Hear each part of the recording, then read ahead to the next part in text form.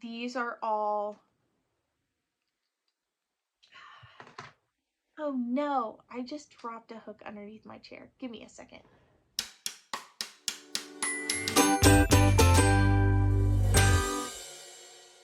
Hello, and welcome back to another episode of Made by Mac. I'm Mac, and this is episode 12 of my podcast. I am a queer autistic crochet designer, but I also enjoy knitting, spinning fiber, sewing, what else? Painting, resin arts, making jewelry, and other random crafts as well. Let's go ahead and get started. I do want to mention what I'm wearing. If you're like, oh, Mac, you don't have any knitwear, any crochet like projects on, you'd be right. But I do have handmaids on today. So, my pants are not handmade. They're just like a seafoam-ish green linen pants I bought from like TJ Maxx like 2 years ago. But this t-shirt I sewed because I saw the fabric at Joann's and I loved it, and I was like, oh, I need something in that, and I was too intimidated to try something new, so I just used a t-shirt pattern that I had. I don't know what it is, so please don't ask me. It's just like one of the general t-shirt patterns that you can get from maybe Butterick or McCall's from Joann. But it has this super fun knit fabric. It's like neon pastel swirls, and I was like, this is cute, and it's comfy, and it turned out well, and I learned a lot. I'm not going to show too much of it too close because you can see how poorly I did certain things, but it's cute and I love it. So there's that. And I also have my resin earrings from my leftover resin from doing the crochet hooks. I have those into my little pastel pink arches, and they're very cute and I love them. So that's what I'm wearing today.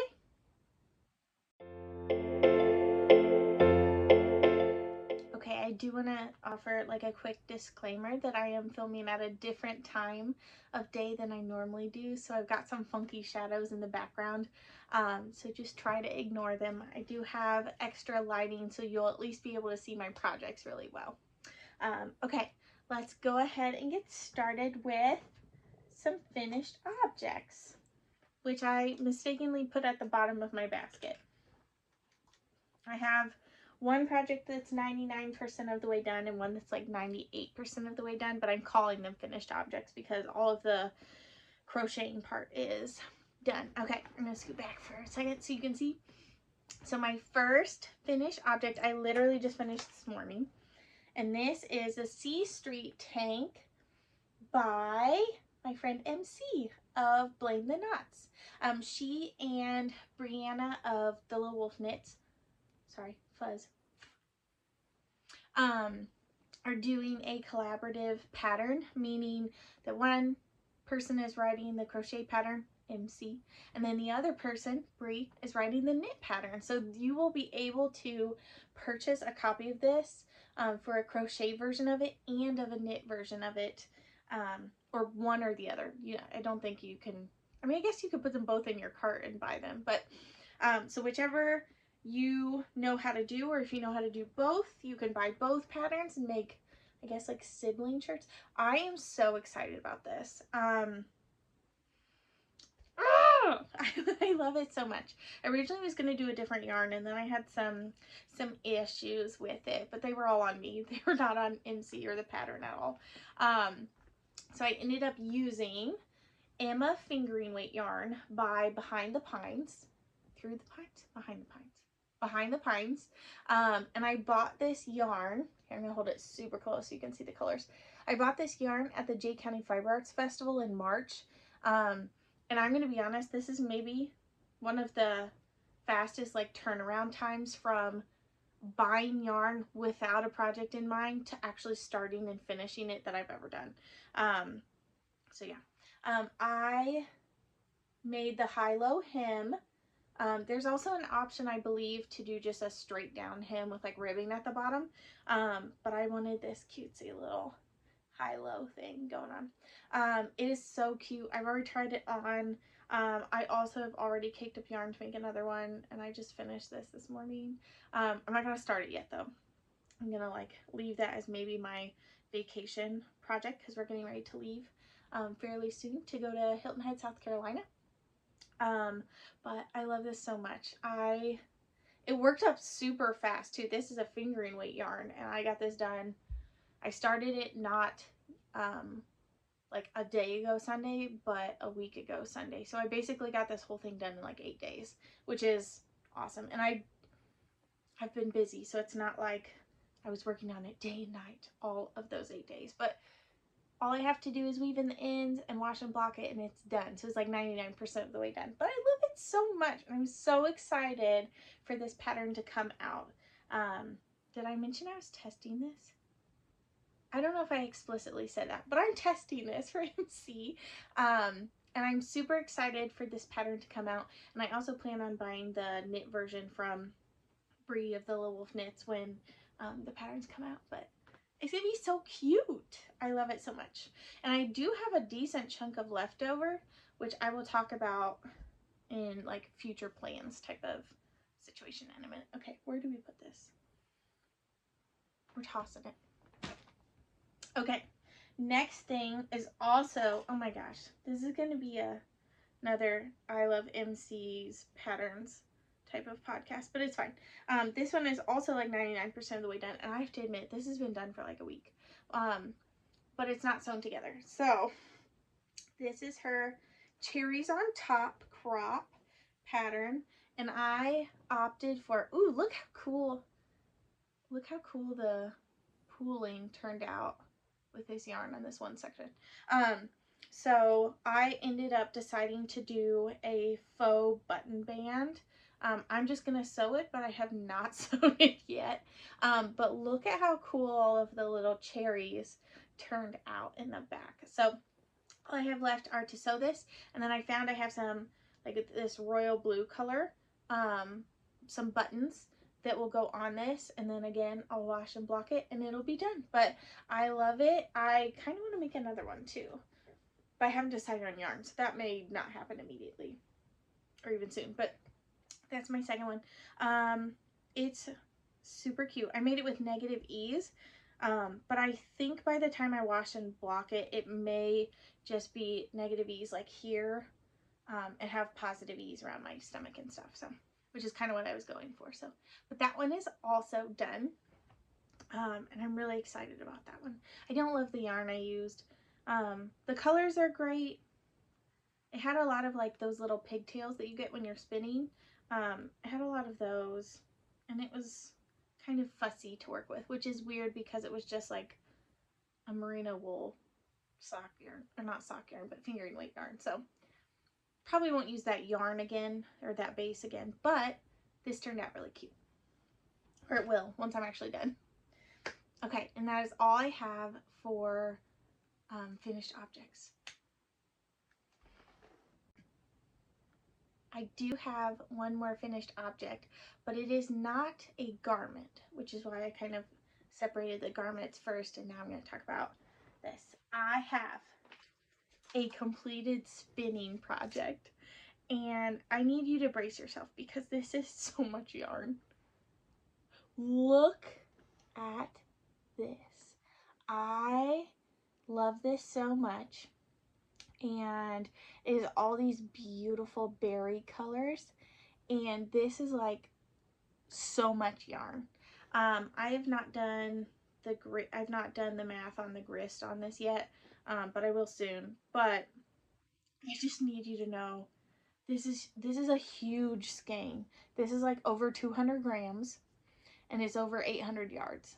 So I have an idea of what I think I want to make with this, but I'm not sure. I need to obviously like do a swatch and that kind of thing, and make sure that this yarn would be the correct weight for the project that I want to do. But it's just so much fun. Like look at it. Ah, it is. Here, I'm gonna regret doing this, but I'm gonna show you anyway. So I spun this as like a combo spin.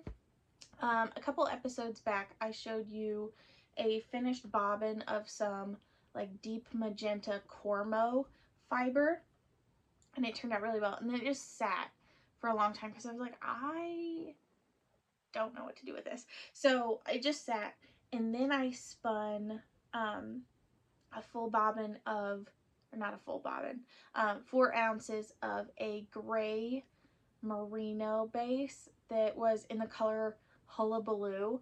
I'll try and pop a picture in here, this area, that was dyed by Bramble Ridge, and she is, I don't want to like offend anyone else that I've bought fiber from, but like she is my favorite fiber dyer. Fiber dyer. Good heavens, my favorite fiber dyer, and I think I would be happy only purchasing fiber from her, maybe indefinitely. I don't want to say forever because like there's so many other good fiber artists as well, but look. So anyway, I spun that up into a separate bobbin, and then I plied them together, and I truly thought that it was going to have way more contrast by the time I was done, but I love it. I also soaked it in hot water, and so this like floofed up so nicely. I just am in love with this, and so I have a couple of ideas of what I want to make with it. The bad thing about this sucker is it's so big, as you're gonna see me struggle with it. It's so big, it's really hard to put it back into what is this called, a hank. And the struggle is real. Okay, so that was terrible. Ooh. But here's my head for scale. And I don't have like a weirdly small or weirdly big head, so. But there's that. I love her. I love her so much. She's beautiful. I want to give her like a name that has to do with berries. So if you have a good one, let me know. But there's that. And she's done as well. And I love her.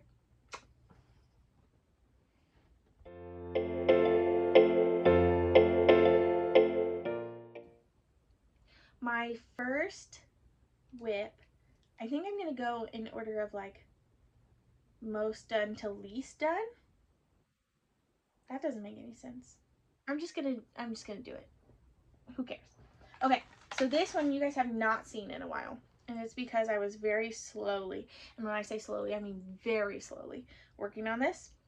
But I finally finished the body of my Cozy Classic Raglan by Jessie May. Oh wow, the stripes and the differences in skeins are much more visible on camera than they are in real life, but I am not ripping back.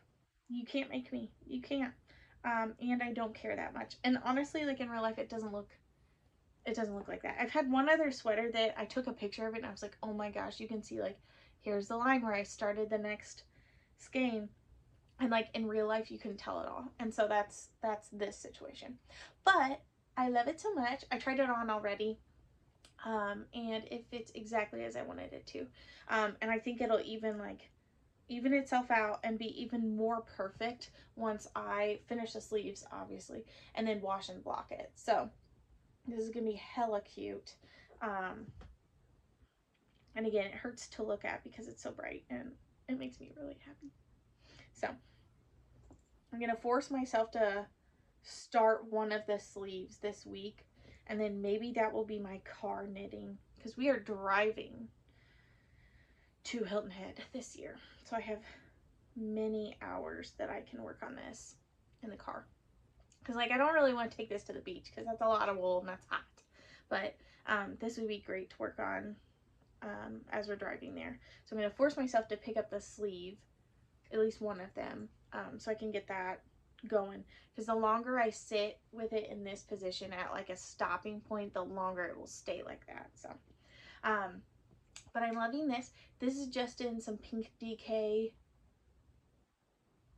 right? Yeah, pink DK yarn from Hobby Lobby that I picked up a while ago. I absolutely love the color. I don't know if I love the base. For a commercially like available yarn, this is much more thick and thin and fragile, I guess would be a good word to describe it, than I was hoping for. So I will make this. I will love this, but I don't know if I would purchase more in the future. Do I still have more in my stash in different colors? Yep. But I also think that I would rather spend money on yarn from independent dyers that I love the yarn more from, like the base, and want to support them. So that will not be a repeat purchase in the future. But also, I believe, I don't know if I've mentioned this before when I've talked about this. This is my, I'm going to double check my math here. This is my third Cozy Classic Raglan. Third? Yes, third. I've made a green one. I've made a like faded sunset color one, and then this is my third one. So I'm really excited for this one. It's gonna be really cute, and I'm excited to wear it. So there's that.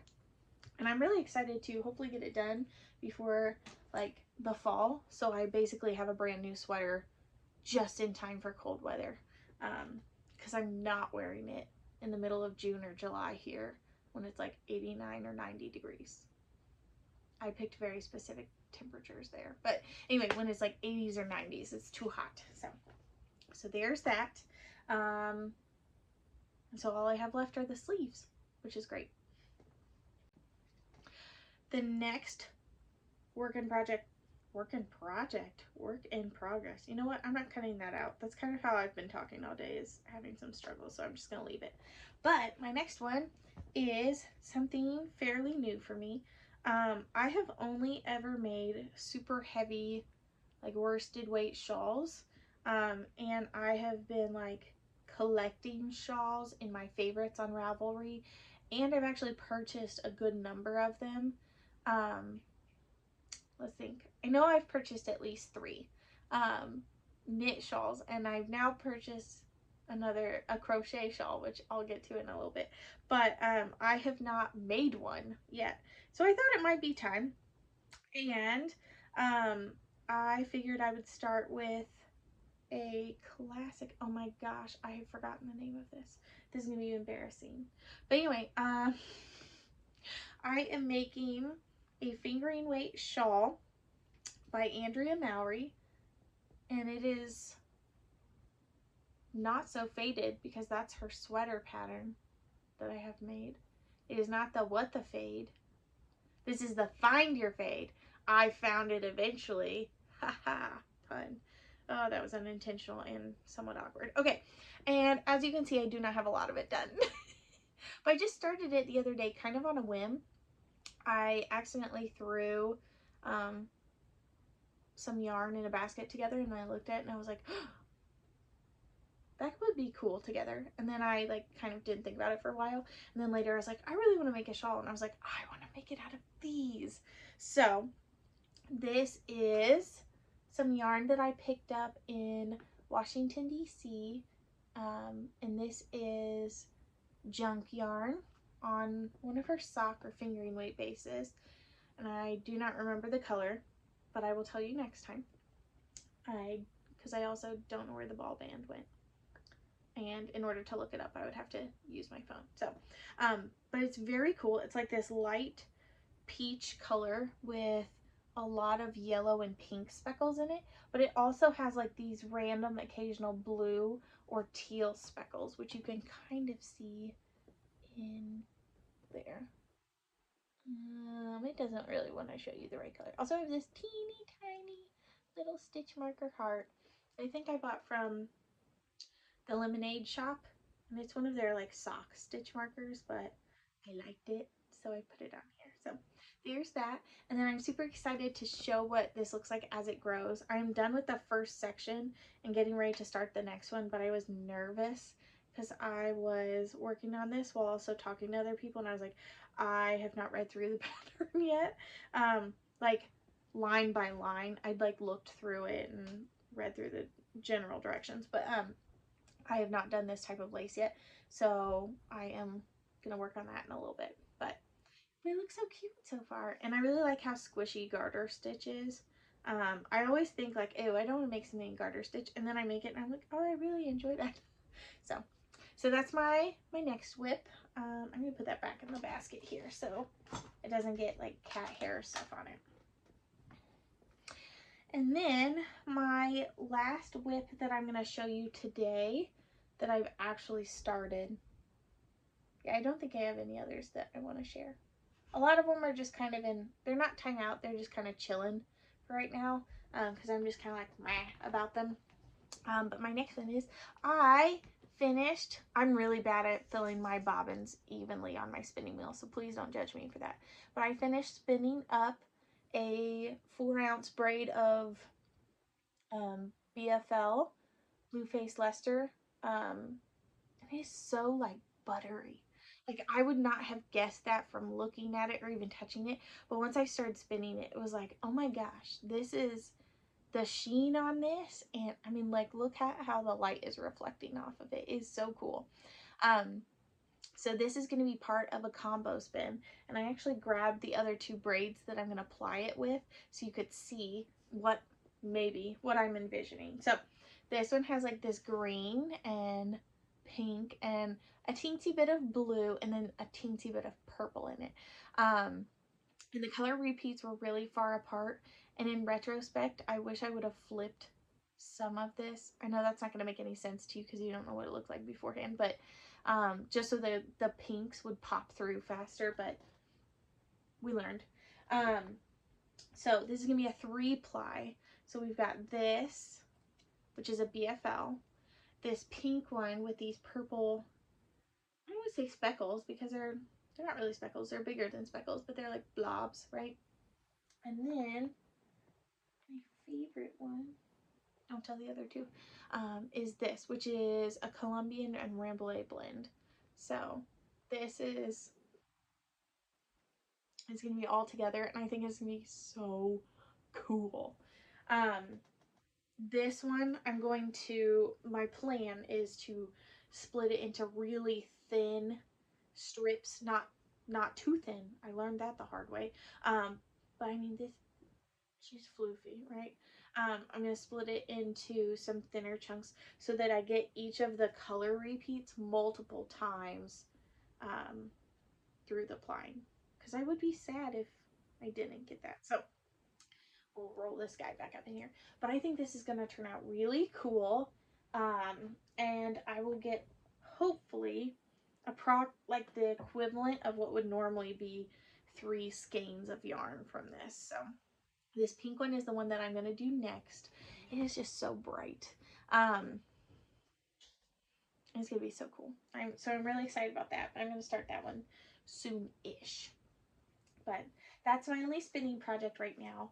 I do have 2 spinning wheels. I think I've mentioned this before. No, I know I've mentioned this before. I have an electric eel wheel 6, and then I also have their nano. And I'm doing all of this on my electric eel wheel. These are what the bobbins look like. They say that they can hold 8 ounces of fiber on here. So like clearly I'm going to have enough room on each bobbin. Like it'll be fine. And I recently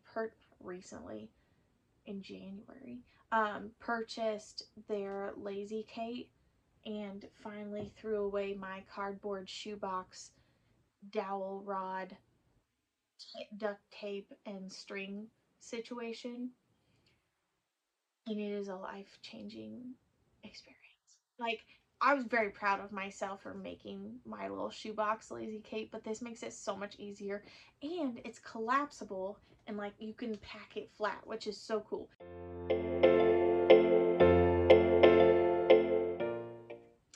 Finally, I want to talk about my shop opening. It's not open yet. Don't freak out on me. Isn't this just a cute little container? It's like hot, like iridescent. I think I got it from Hobby Lobby. Don't judge me. It's cute, and I've been keeping my little spoilers. My hooks that I've made in there. Okay, so the first thing I want to tell you before I show you these is that number 1, these are not going to be the correct color and size combinations of the hooks that are going to be in my shop. So keep that in mind. Number 2, these are all, oh no, I just dropped a hook underneath my chair. Give me a second. Okay, I got the hook from under my chair. I will try to not throw things on the floor again. I put them back in the cup so I don't drop them. The second thing is, all of these hooks are from different brands as I was testing them out, which is why they're going to look different. So, for example, you can tell that like the hook shaft on this, on these two hooks are obviously different lengths. So there's that. But the third thing, I guess I wasn't planning on saying three, but whatever. The third thing I want to point out too is that these are all test hooks, either from my own collection or that I was testing out from different brands to make into hooks. And these either all have a defect of some sort, or so that I wouldn't want to sell them, or they're like from my own collection of hooks, so I wouldn't be selling them anyway. But I just want to go through and show you them. I'm going to try to hold them up in rainbow order. Is the camera going to flip it? You know what? I'm just going to put them in order and we're just going to go with it. The only thing that's not going to be the exact same color-wise on these is, and I'll show you the tops of them and then I'll show you the bottom, is the pink is going to be the teensiest bit darker, just because, like I said, this is a test one. And all my official ones are currently on the resin turner right now, so I can't show you. Oh, please show up correctly. Please, please, please. Okay. Maybe if I back up a little bit. I'm trying so hard not to drop them. So these are going to be the official colors, aside from this one, of my first collection of summer brights, or summer highlighters. I haven't officially decided on like the collection name or whatever, but it's basically going to be a bright neon rainbow. So here's how this is going to work.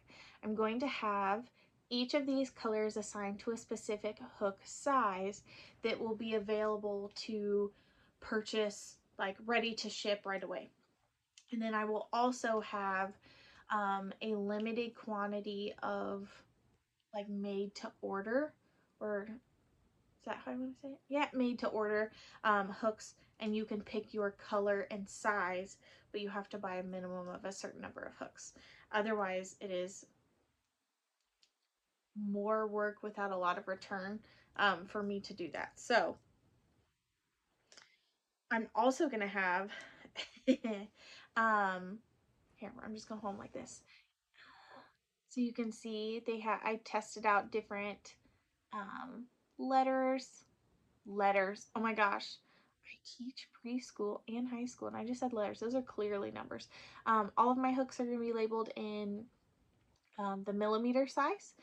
So it's a standard across different locations around the world, and it's like a standard measurement. So it's not like, oh, well, what is a US 10 or what is a letter D? Yeah, so because I don't want people to have to mess with that. So now you just have the thing. But you can see that most of them, not the pink one, again, the pink one has some issues, but they're gonna have a darker version of the color as a label. So like this is a purple hook and it's gonna have dark purple labels, or that color adjacent labels. So if it's yellow, it has like gold and orange, so that it shows up really well. Like this orange one is beautiful, but it has a silver label. It's hard to see. So I opted for the other options. So I'm super excited about those. And what else do I want to tell you about them? I'm hoping my shop will open in June. The last 3 weeks have really kicked my butt. It was the end of school.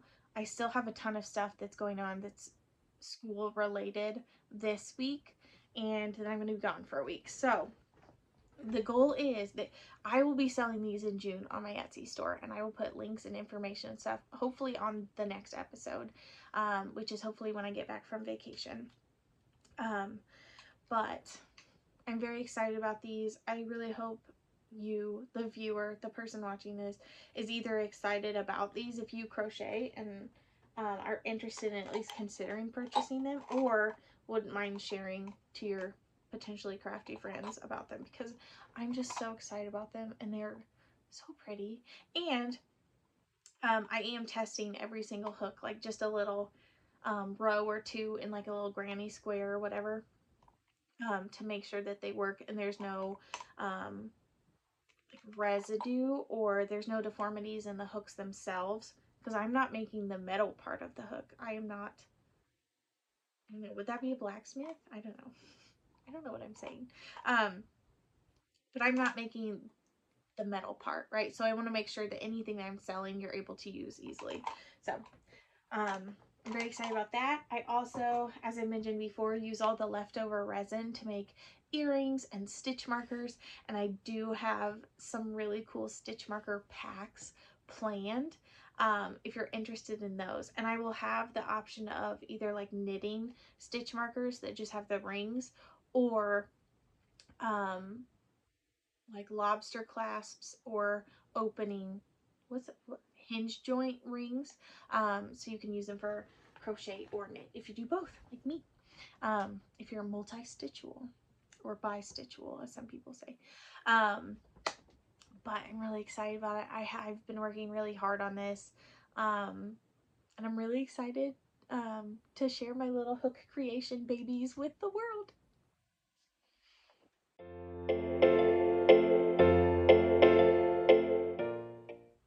Okay, I also want to talk about some future plans that I have for projects. I mentioned a little bit ago that I had finished my first C Street tank by MC, Blame the Knots, and that I already had yarn caked up. This was the yarn I was originally planning to use, and I don't know if I was just overly exhausted when I was trying to swatch, but I could not meet gauge, and I don't know if my brain just like fell out of my head for a little bit and what was going on, but I could not meet gauge, and then I tried it again with a hook, and I was like, oh, I was close to gauge, so I don't know what was going on. But I'm gonna make another one out of this.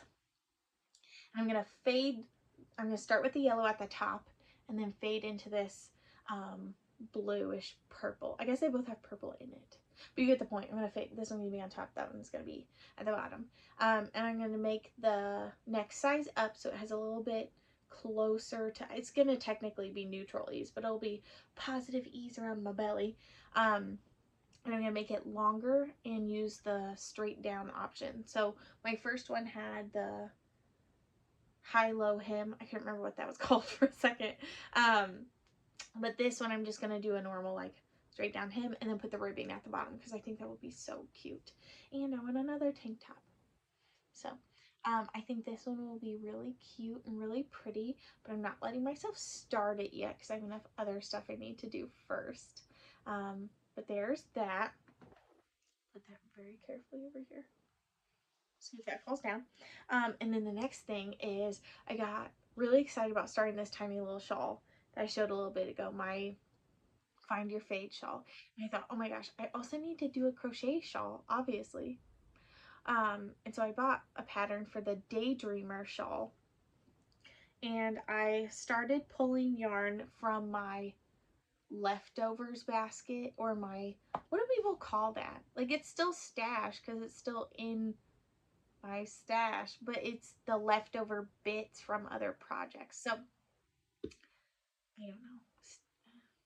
I'm sure there's a, I can't think of it. My brain is tired. And then I also pulled some minis from my stash that I don't have plans for other things. And I'm just gonna say this. I know people will mix like 2-ply yarns and like round yarns in the same project, and that's great for them. And I think if I was holding multiple strands together for a project, I did this with my Stay Pull sweater by Park and Knit. But if it's just one yarn at a time, it really bothers me how it looks. A lot of things, like, I'm like, I don't care about this. And I'm not very particular, but this, it does. So I only pulled yarns that are 2-ply yarns. And like, these are the colors that I came up with. I also had one other 2-ply yarn, but it was black. And I was like, I want this to be all bright colors. So I think what I'm going to do is put all these little guys into little cakes like this stuff over here. This is the leftover from my C Street tank. And then these two are, this is a leftover in the same base. This is the same base. This was a mini, and this one was the leftover from a Breeze Racerback tank. The one by Jessie made. I don't know, it was like one of the first knitted things I made. And this is the color Tequila Sunrise, and it's so beautiful. But I think I'm going to basically make a fade that's like very loosely rainbow order. And I'm so excited about it. I have no idea if this is enough yarn. But the pattern explains like if you're going to use like minis or if you're just going to use like big skeins, how to do it. And so I'm going to weigh everything and see if by weight I have enough yardage, and if not, I'll pull some other stuff. I have a couple other skeins that I can use if needed, but I'm really excited about it. So that's going to be my other future crochet project that I'm working on. So there's that. Last thing I'm going to talk about in terms of things coming up in the future that I'm going to be selling, blah, blah, blah, all that stuff. My Lemon Drop crop top is going to be releasing this summer.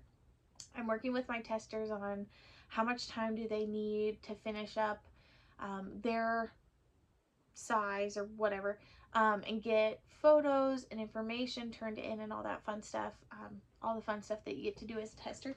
And I want to make sure that they all have enough time to get that done. It is, because of the stitch pattern, it does take a little bit longer than my Funfetti tank took, just to crochet up. If you're literally going by like this length of the tank takes this amount of time. It's just the nature of crochet stitch patterns.